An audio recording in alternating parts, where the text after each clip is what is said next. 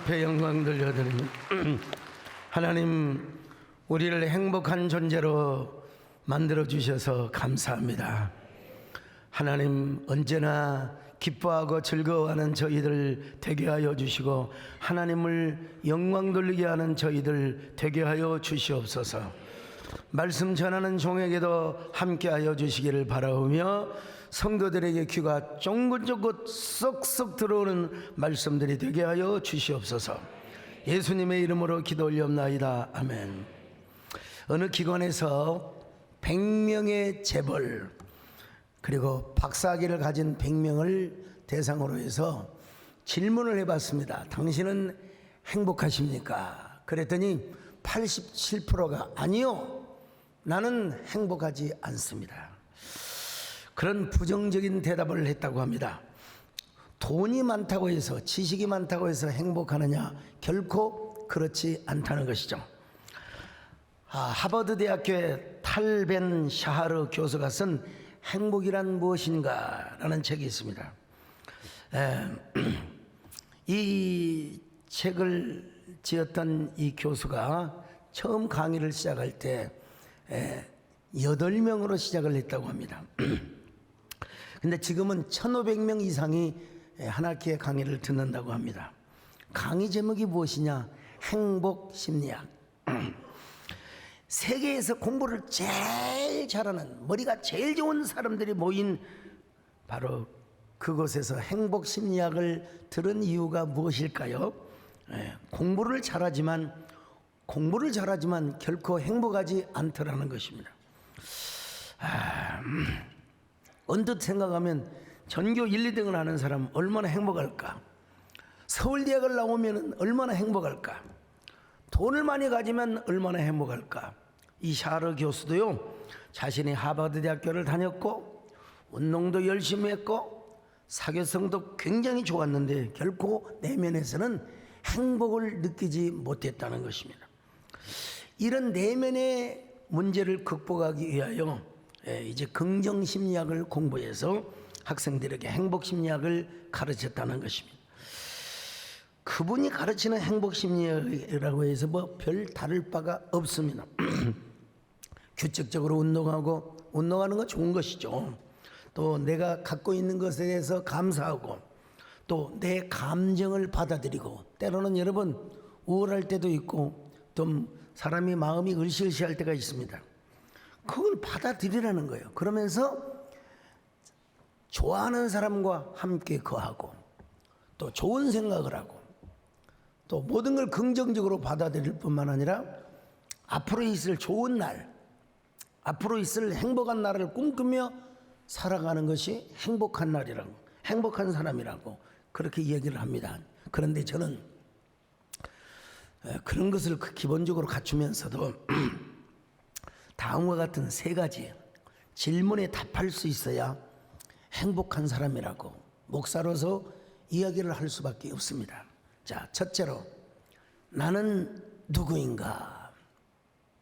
나는 누구인가를 아는 사람이 행복한 사람일 수 있다는 것입니다.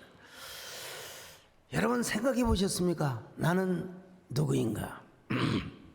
도대체 나는 누구야?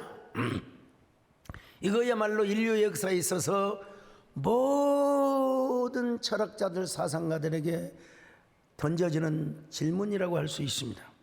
인문학적 질문, 철학적 질문, 나 자신을 알고 싶어하는 갈망, 근원적 질문을 독일어로 뭐라고 하느냐? 젠주흐트라고 그래. 젠주흐트.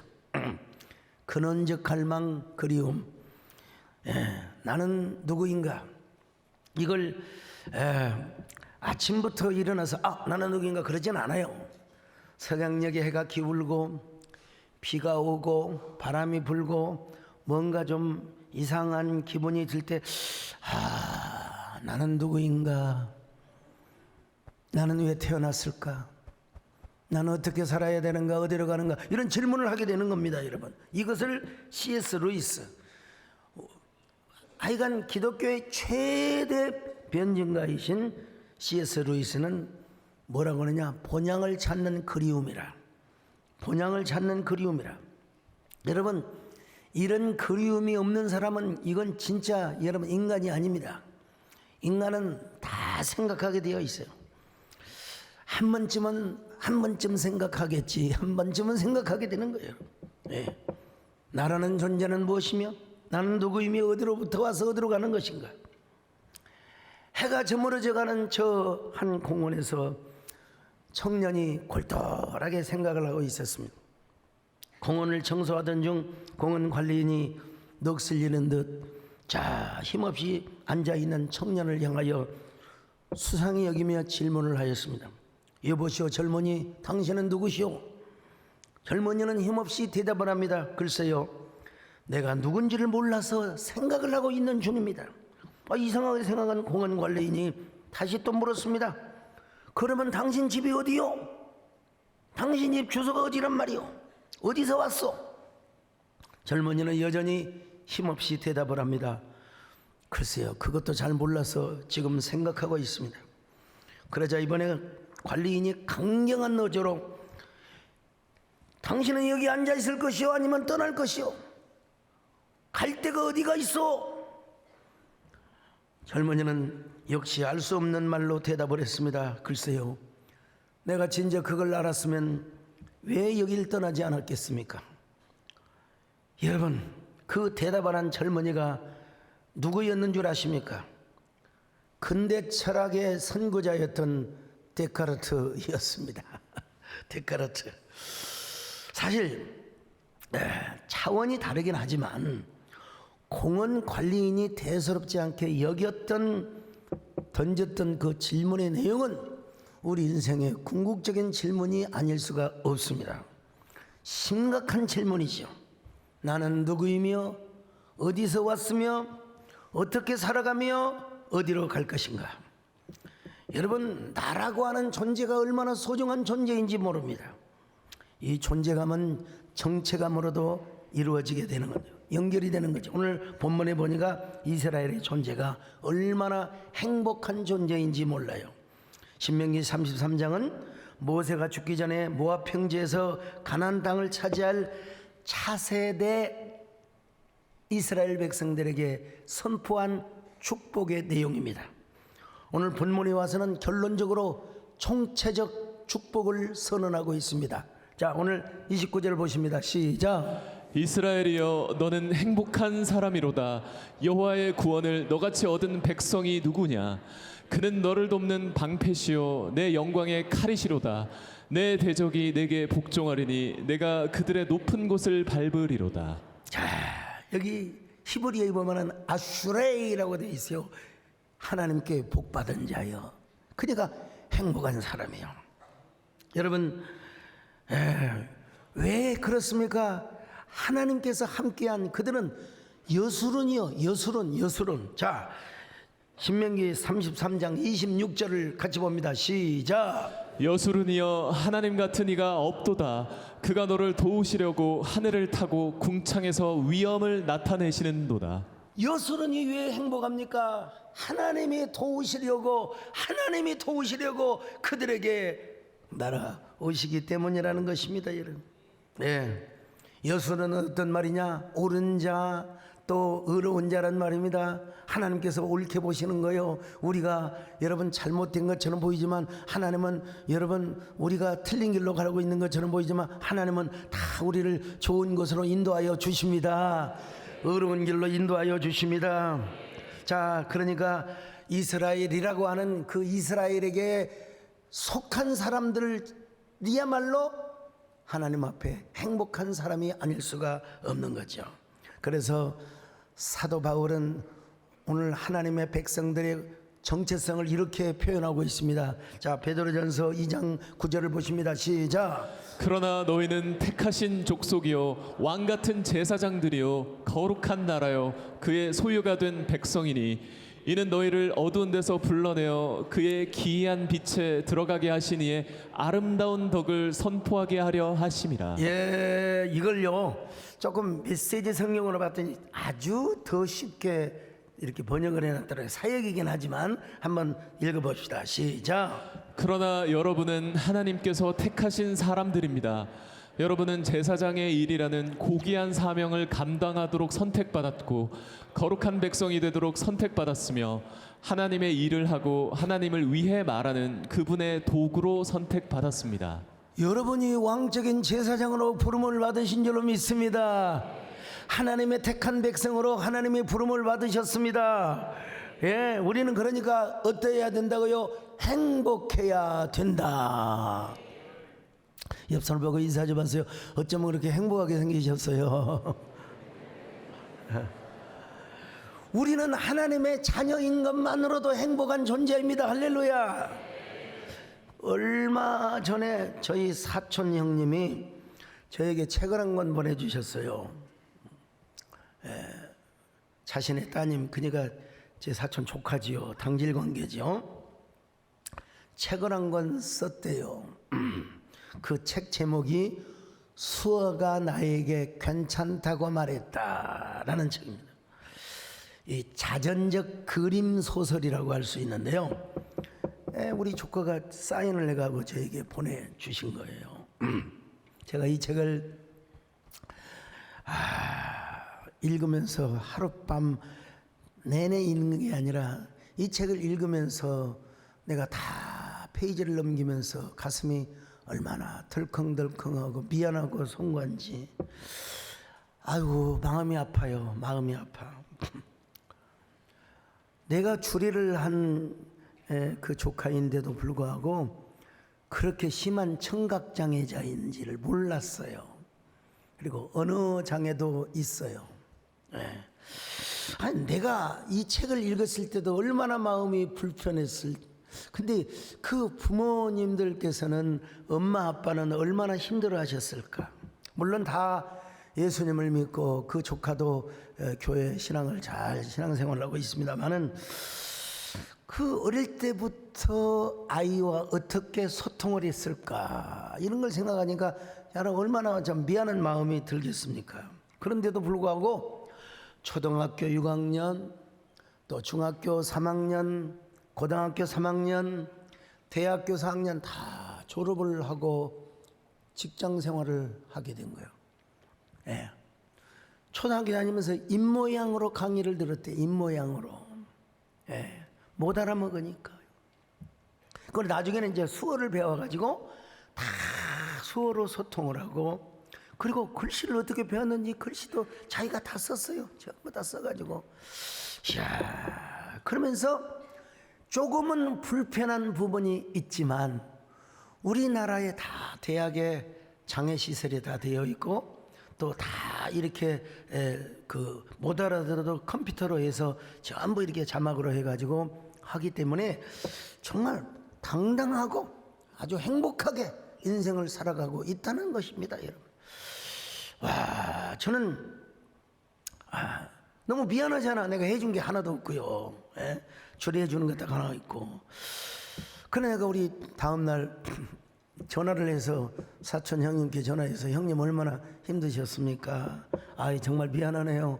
정말 송구하네요. 그러자 아이고 지들끼리 행복하게 살아서 아주 그냥 장애인도 아닌데 다 멀쩡한 남자가 좋아해가지고 잘 살고 있다는 겁니다. 행복하게 살고 있다는 거. 참 여러분, 산다는 게 얼마나 힘들고 수고하고 슬픈 그런 존재인지 몰라요. 그럼에도 불구하고 여러분, 우리의 삶이 슬프고 애달프다 할지라도 우리의 존재는 뭐요? 성경에 보니까 왕같은 제사장이요, 거룩한 나라요, 택하신 족속이요, 그의 소유라. 할렐루야. 그뿐이 아닙니다, 여러분. 우리는 어떤 존재냐? 하나님의 걸작품이라는 거요. 할렐루야. 위대한 하나님의 시와 같은 존재라는 것입니다. 에베소 2장 10절 한번 보실까요? 시작. 우리는 그가 만드신 바라 그리스도 예수 안에서 선한 일을 위하여 지으심을 받은 자니 이 일은 하나님이 전에 예비하사 우리로 그 가운데서 행하게 하려 하심이니라. 자, 여러분, 우리는 그의 만드신 바라. 원어로 포이에마라고 해요. 포이에마. 이 포이에마 말에서 영어의 포엠, 늘 뭐 강조한 얘기만 포엠, 시라는 말입니다, 여러분. 하나님이 우리를 무엇 같은 존재로 만드셨느냐? 절대로 여러분 개 같은 존재라고 하면 안 됩니다. 씨 같은 존재입니다. 씨는 그냥 여러분 쓰여지는 것이 아닙니다. 서정성이 가득하고, 그리고 문학적인 어떤 형상화, 이미지화 시켜야 이게 시가 되는 것입니다, 여러분요. 제가 쓴 시, 비가 꽃잎에게라는 시가 있습니다, 여러분. 애써 참지 마라. 살아있기에 눈물 흘린다. 어제 비가 오더라고. 촉촉하게 비가 오는 진달래 앞에서 사진을 찍어서 이 시를 제가 올렸습니다. 한번 노래로 들어보실까요? 애써 참지 마라. 살아있기에 눈물 흘린다. 너무 아파하지 마라. 사랑하기에 아픈 것이다. 삶도 사랑도 바람처럼 스쳐가고 비처럼 젖게 가는 것. 그냥 슬플 땐 눈물을 흘리고 외로울 땐 비에 젖은 채 길을 떠나라.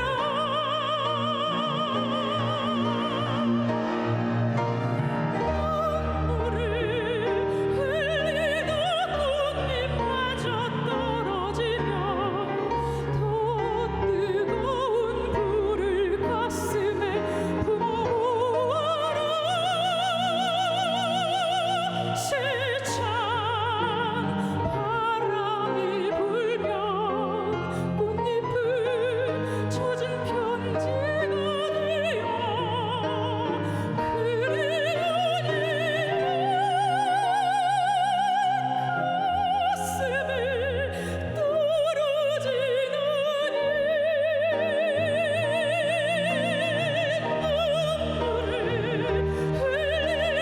꽃잎마저 떨어지면 더 뜨거운 불을 가슴에 부어라.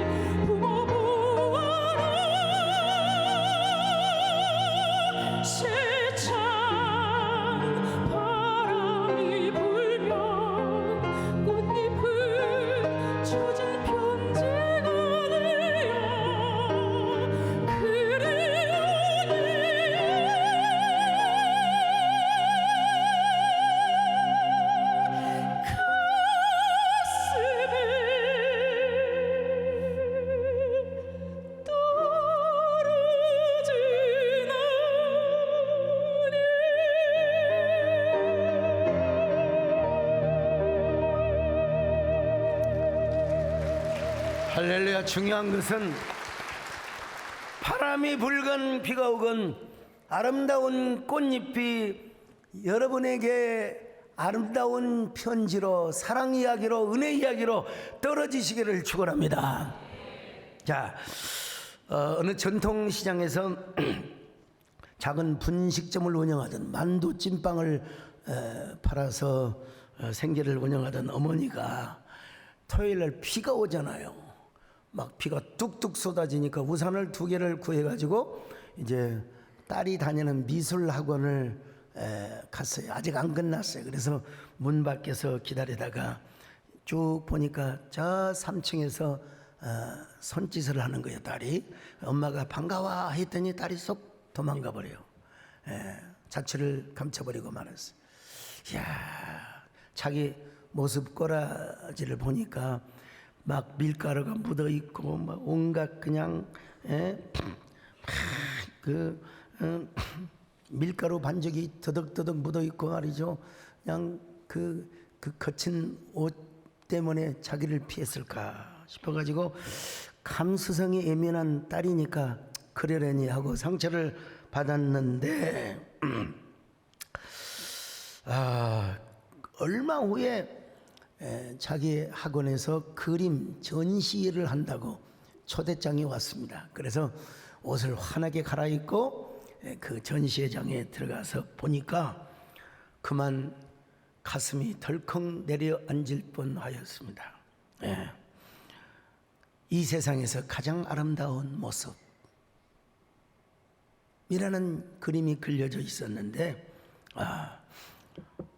우산을 쓰고 한 손에는 우산을 들고 그리고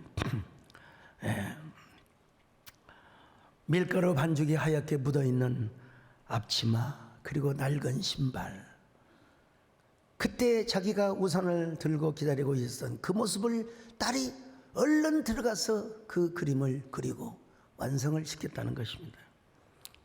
어머니 눈에는 눈물이 뚝뚝 떨어지고 있었습니다. 눈물을 흘리고 있는 엄마에게 딸이 찾아와서 이렇게 말합니다. 엄마, 나를 낳아줘서 감사해요.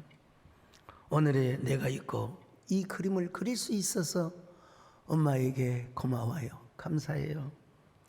어머니와 딸은 다시 한번 존재감과 정체성을 갖고 부둥켜 안고 눈물을 흘렸다는 아름다운 이야기를 들은 적이 있어요. 여러분, 우리가 신앙생활하면서 예수 그리스도 안에서 나만이 갖는 존재감, 나만이 갖는 이 정체성, 이 얼마나 중요한지 모릅니다. 이걸 알 때 우리는 행복한 사람이 될 수가 있습니다.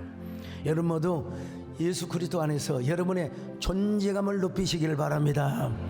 여러분의 정체성을 확실하게 견고하게 할 수 있기를 바랍니다. 그래서 행복하시길 주의 이름으로 축원합니다. 이것이 행복 세상은 알 수 없는 하나님 선물, 이것이 행복이 하나님의 자녀로 살아가는 이것이 행복이라. 자, 나는 누구인가를 알았으면 이제는 두 번째 질문이 중요한 거예요. 어떻게 살아가야 하는가? 어떻게 살아가느냐 하느냐에 따라서 우리의 행복이 달려 있다는 것입니다. 에브라함 메슬로우라고 하는 사람은요, 자기 존중 그리고 자아 실현을 할 때 사람이 행복해지게 된다. 여러분, 전혀 틀린 말은 아닙니다. 많은 사상가들, 철학자들이 여러분 그런 얘기를 합니다. 세상의 어떤 흐름이나 어떤 대세를 따르지 말아라. 자신의 감각과 통찰력을 가지고 세상의 기준이 아닌 나 자신이 기준이 되어서, 나 자신이 기준이 되어서 살아가야 된다. 특별히 실존 철학자들이 그런 얘기를 합니다. 세상의 보편적 기준보다 나 자기 자신의 기준으로 삼고 그렇게 살아가라는 것입니다. 참, 심지어는 여러분, 장자라고 하는 분은 그 옛날 성현들이 말씀했던 그런 모든 이야기도 하나의 찌꺼기에 불과하다, 조박이 불과하다. 언제나 우리는 자신이 삶의 주체성을 이루고 그리고 동력을 가지고 자신이 살아가야 된다. 여러분, 얼마나 멋진 말입니까? 사람, 우리 인간편에서 볼 때 진짜 멋져보러. 근데 과연 우리가 그렇게 살 수 있을 것인가? 이건 한번 질문해 봐야 돼요. 그렇게 살 수만 있다면 얼마나 좋을까? 우리가 하나님 앞에서 진짜 단독자로서 상관없이 나 홀로 살아갈 수 있다? 그렇게 살 수 있으면 얼마나 좋을까요? 우리는 이미 예수 그리스도를 만난 사람입니다. 어쩔 수 없이 우리는 하나님이 우리 안에 왕으로 지배하고 우리를 왕으로 통치하고 다스리는, 우리는 하나님의 다스리는 하나님의 그 자유 안에서, 하나님의 은혜 안에서 호모 루덴스의 삶을 사는 거나 호모 루. 하나님 안에서 우리가 다스림을 받고 하나님의 왕적 통치 안에 우리가 거할 때 비로소 그때 행복한 존재가 될 수 있다는 것입니다, 여러분. 예.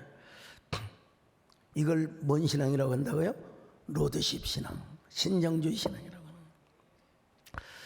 지난주 수요일 저녁에 유튜브 강의 하나가 날라왔어요. 우리 교회 이경희 전사님이 강의를 한 건데요. 제가 강의를 잘하는 건 아니지만 한번 목사님 꼭 들어보시고 참고하실 필요가 있을 것 같다고 피드백이 너무 좋았다고 그래서 밥을 먹으면서 듣고 예배 끝나고 나중에 걸 다 들었어요. 근데 거기 보면 다 잊어먹어도 어느 여자 집사님하고 청년 형제가 등장합니다.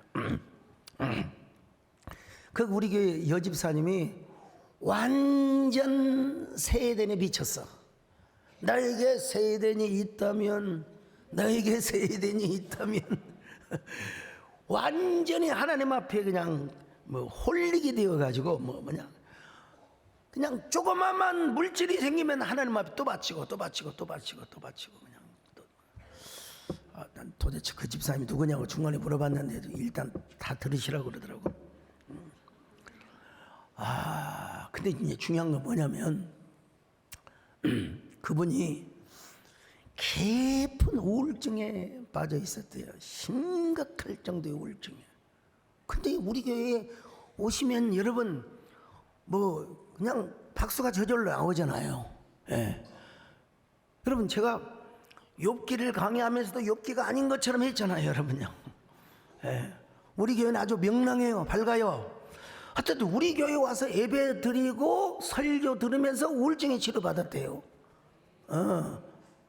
그러니까 그렇게 하나님께 헌신하고 그렇게 드리니까 남편도 동의를 했대요. 나 그거 드린 거 하나님 앞에 약값으로. 네. 우울증 약을 먹어도 안 되고 그래서 예배 드리고 설교 듣고 치료를 받았으니까 약값으로 생각하겠다고. 참 그 남자 집사님도 대단하시죠.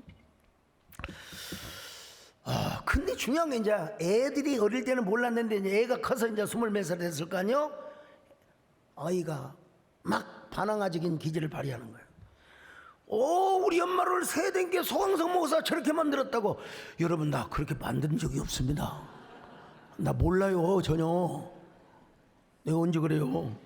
그런데 막 세대께 소강성 목사가 그랬다. 여러분 분명한 것은 그분이 우리 교회에 오셔서 우울증 치료를 받고 하나님께 헌신을 했다는 사실은 팩트예요. 너무너무 감사해서 그랬다는 거예요. 근데 왜 저한테 원망을 하냐고. 그러면 설교를 여러분 해야 되겠습니까? 기도를 받으려면 기도해 준 적이 있고요. 이제 워낙 반항아적 기질이 많으니까 감히 저한테는 얘기를 못하고 전사님한테 얘기를 한 것 같아요. 우리 아들 좀 만나주라고. 근데 이제 기도하고 갔겠죠. 그래서 이런 얘기를 했더니 만약에 니네 엄마가 지금도 우울증에 빠져가지고 극단적인 그런 행동을 했거나 너희들에게 그런 모습을 보였으면 너희들이 어떻게 자랐겠니? 야, 너네 엄마는 단 한순간도 하나님의 은혜를 잊어먹지 않아서 생길 때마다 하나님께 감사를 한 거였단다. 내가 받은 감동이 그랬단다. 뭐 대충 이런 내용입니다, 여러분.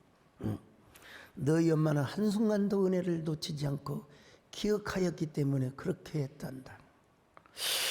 그렇게 얘기했더니 그 아이가 세상에 25살이나 먹은 아이가 맞네요. 아이고 전사님 죄송합니다. 엄마 죄송해요. 중요한 것이 있는데 저한테는 죄송하다는 전화가 아직 안 와요. 나한테는 안 와요. 내가 모르는 줄로 알고 어떻든 간에요. 제가 그런 얘기를 들으면서 참 우리 교회에 이런 성도들이 계시는구나. 참 이런 성도들이 계시는구나. 이런 집사님이 계시는구나.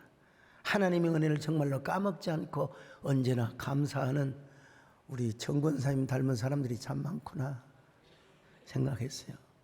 여러분, 저는 절대로 뭐 빚 얻어서 대출 받아서 헌금하라 그런 정 해본 적도 없습니다. 해본 적도 없지만 어떤 사람은 또 그래서는 안 된다고 그렇게 가르칠 필요도 없습니다. 여러분, 중요한 건 뭐냐? 성령의 감동입니다. 여러분, 카드 쓰잖아요. 집 살 때 여러분 대출 받아서 안 받았습니까?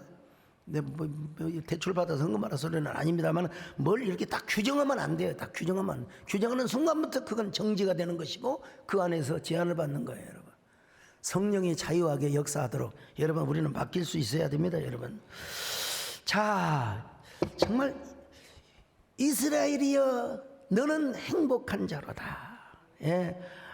여러분, 이스라엘이라는 말이 무슨 말입니까? 하나님이 다스리는 거예요. 하나님이 싸우신단 말입니다.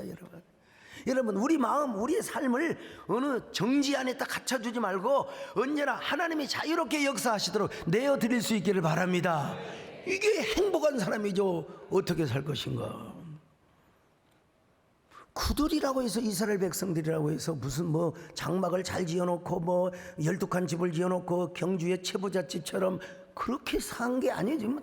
이 장막이야 텐트 치고 살아가요. 그렇지만은 그들은 하나님을 왕으로 모시고 있는 사람이란 말이죠. 스위스의 철학자 칼 힐티라는 분이 행복론이라는 책을 썼는데 그 책에서 인생의 최대의 행복은 하나님을 왕으로 모실 때 행복하다는 거예요. 이런 훌륭한 사람이 있어요. 인생의 최대 행복은 뭐냐? 하나님을 왕으로 모실 때. 할렐루야. 우리가 여러분 정말 우리가 하나님을 왕으로 모신다면요, 우리는 언제나 경계선의 삶을 사는 거예요. 이건 지금 바로 나온 단어인데 우리는 항상 죽음과 삶 사이에서 사는 겁니다. 막 극단적으로 막 그냥 뭐 우로 가고 좌로 그런 거 아니. 우리는 여러분 기독교의 복음은 모두를 다 수용할 수 있어야 됩니다. 여러분, 너무 여러분 막 너무 한쪽으로 치우쳐가지고 막 그냥 교회가 교회답고 목회자가 목회자다워야지 너무 그러면 안 되는 겁니다. 여러분요. 막 자기 신앙을 막 극단적으로 이념화하고 막 정치화하고 여러분 그러면 우리의 존재의 지평이 좁아져요. 당연히 우리는 성경적 가치와 정신을 지켜야죠. 당연히 지켜내야죠. 근데 그것을 너무 지나치게 자기의 존재의 지평을 좁게 만들면 운신의 폭이 너무 좁아지는 겁니다. 여러분요. 여러분은 여러분의 폭이 좀 넓어지시길 바랍니다. 와, 여러분 다 행복하시길 주의 이름으로 축원합니다. 그러려면 언제나 우리는 왕이신 주님을 찬양해야 돼요. 왕이신 나의 하나님, 내가 주를 높이고 영원히 주의 이름을 송축하라. 자, 이제 마지막 질문을 하나 끝내야 됩니다. 나는 어디로 가야 하는가? 이걸 알아야, 이걸 대답할 수 있어야 행복한 사람입니다.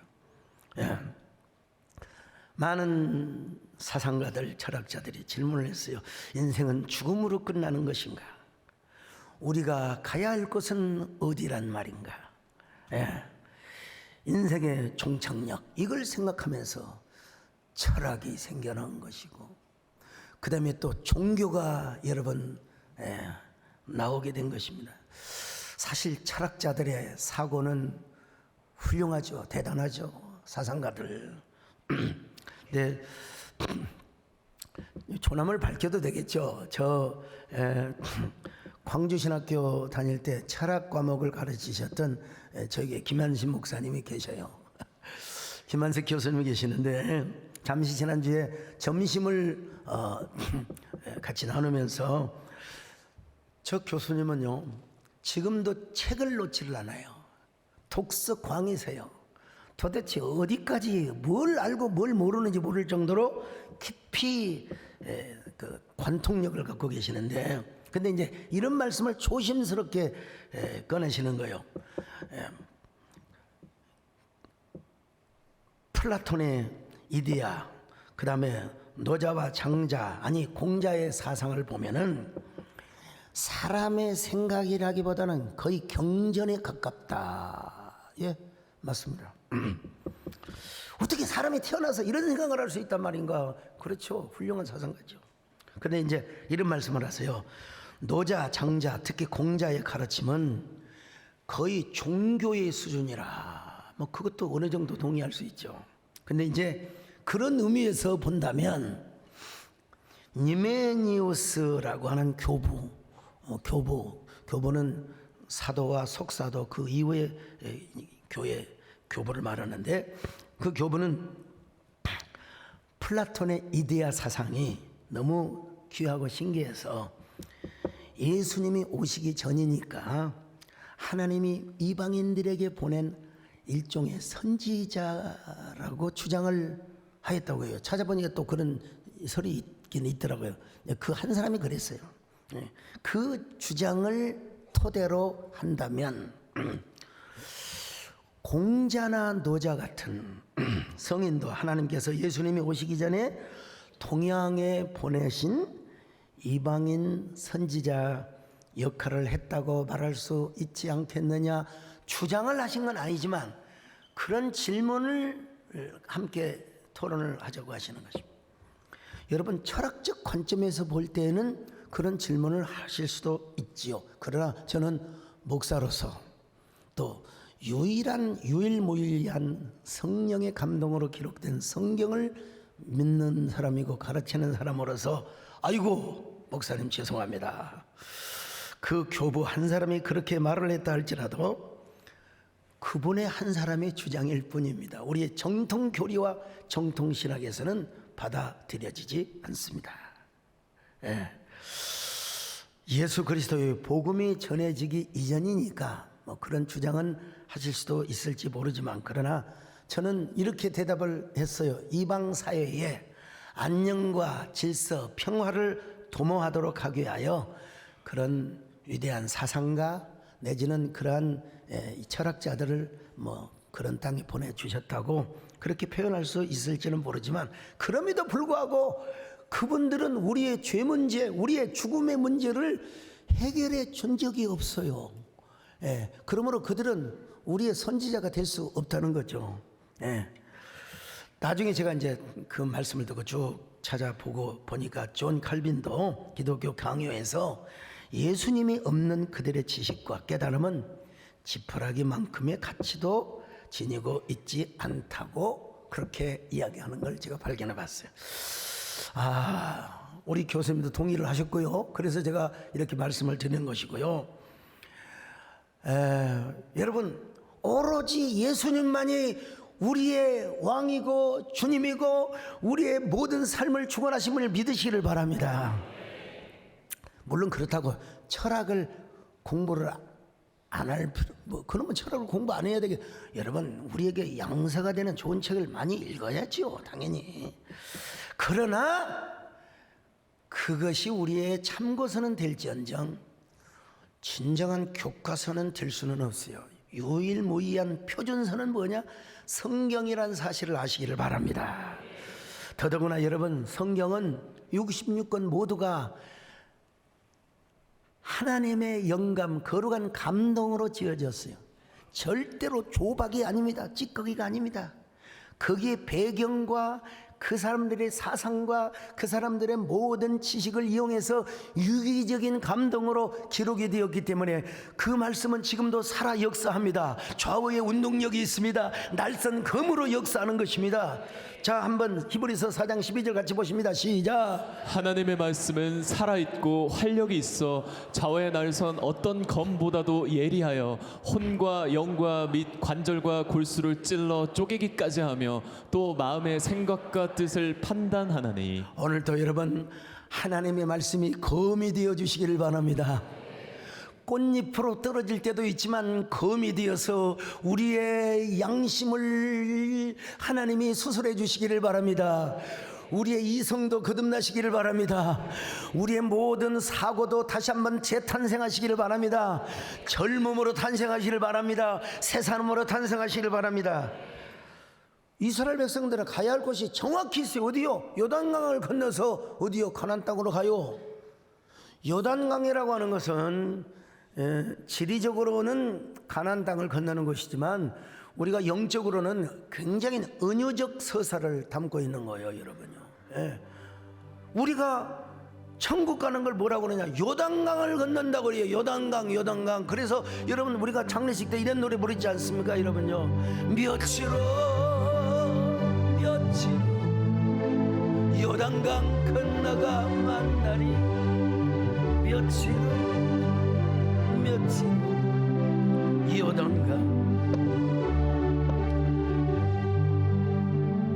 근데 그 길이 바로 뭐냐면은요, 요한복음 14장 6절을 보실까요? 시작. 예수께서 이르시되 내가 곧 길이요 진리요 생명이니 나로 말지 않고는 아버지께로 올 자가 없느니라. 이거는 여러분 뭐 종교의 뭐 차별이 아니라 오로지 우리의 길이 되시고 진리가 되시고 생명이 되신 분은 오로지 예수 그리스도밖에 없다는 사실을 다시 한번 말씀을 드립니다. 예. 여러분 우리에게 진짜 길과 진리와 생명 되신 분이 예수 그리스도라는 사실만큼은, 그래서 우리는 이 예수님 때문에 행복하다는 사실을 믿으셔야 됩니다. 여러분 우리가 가는 저 천국에는 죽음이 없습니다. 슬픔이 없습니다. 눈물이 없습니다. 사망이 없습니다. 애통하는 것이 없습니다. 곡하는 것이 없습니다. 그러니까 우리 정금성 권사님은 폐암 선고를 받고도 아니 괜찮아, 나는 괜찮아, 나는 괜찮아. 근데 나중에 보니까 조직 검사를 해보니까 폐암이 아니었어. 그러니까 이게 패시티스트가 100%는 아니더라고 보니까요. 암 선고 받고도 괜찮대. 나는 천국 간다고. 왜 그러느냐? 우리는 이 땅에서도 천국 것을 맛보았기 때문에 그렇습니다, 여러분. 옛날 엿장수 아저씨들이 주는 그 맛배기 있잖아요. 그 맛배기 환장해서 그냥 고무신장까지 다 갖다가 사 먹었던 시절 있잖아요. 우리 주님을 왕으로 모시며 삽시다. 우리의 가야 할 곳이 다 정해져 있지 않습니까? 그분에게 충성을 다합시다, 여러분. 우리의 존재감을 확실히 합시다. 존재감. 그리고 주님의 통치를 잘 받으며 삽시다, 여러분. 그리고 가야 할 곳을 위하여 저축을 하며 살아가는 저 여러분 되시기를 축원합니다. 주님 한 분밖에는 나는 아는 것이 없습니다. 아멘. 주님 한 분밖에는 아는 사람 없어. 가슴 깊이 숨어있는 주를 사랑하는 마음. 주님 한 분밖에 기억하지 못해. 처음 주를 만날 때 울며 고백하는 나는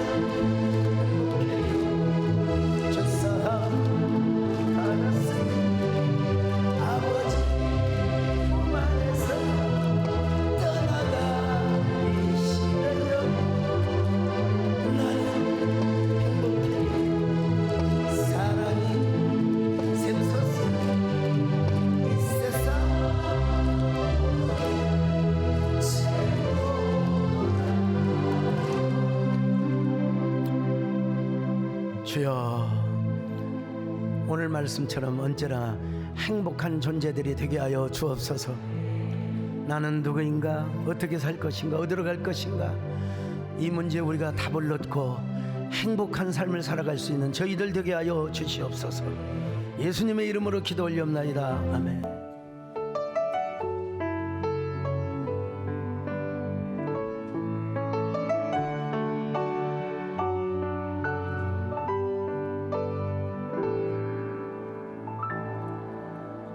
화려하지 않아도 정결하게 사는 삶, 가진 것이 적어도 감사하며 사는 삶, 내게 주